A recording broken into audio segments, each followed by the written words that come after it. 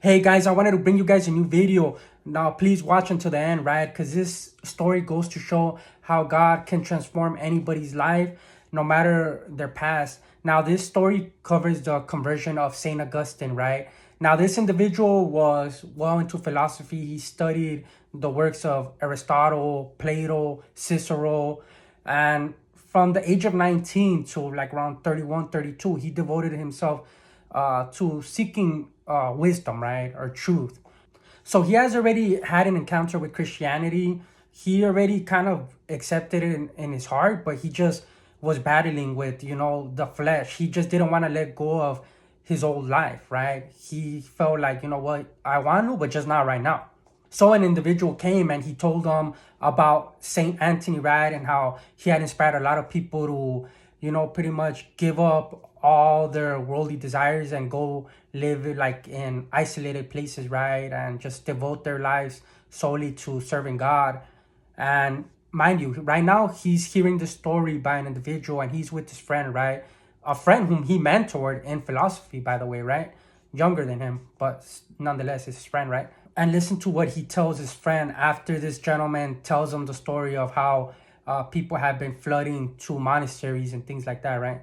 What is happening to us? I exclaimed. What does this mean? What did you make of it? The untaught are rising up and taking heaven by storm, while we, with all our dispassionate teachings, are still groveling in this world of flesh and blood. Are we ashamed to follow just because they have taken the lead, yet not ashamed of lacking the courage even to follow?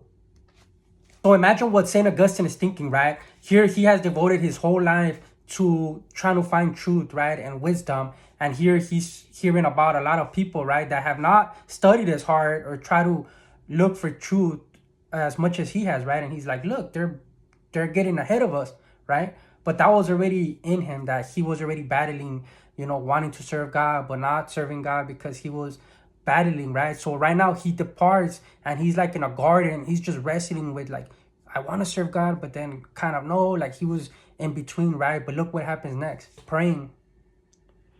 Oh Lord, how long will you be angry forever? Do not remember our age-old sins, for by these I was conscious of being held prisoner. I uttered cries of misery. Why must I go on saying tomorrow, tomorrow? Why not now? Why not put an end to my depravity this very hour?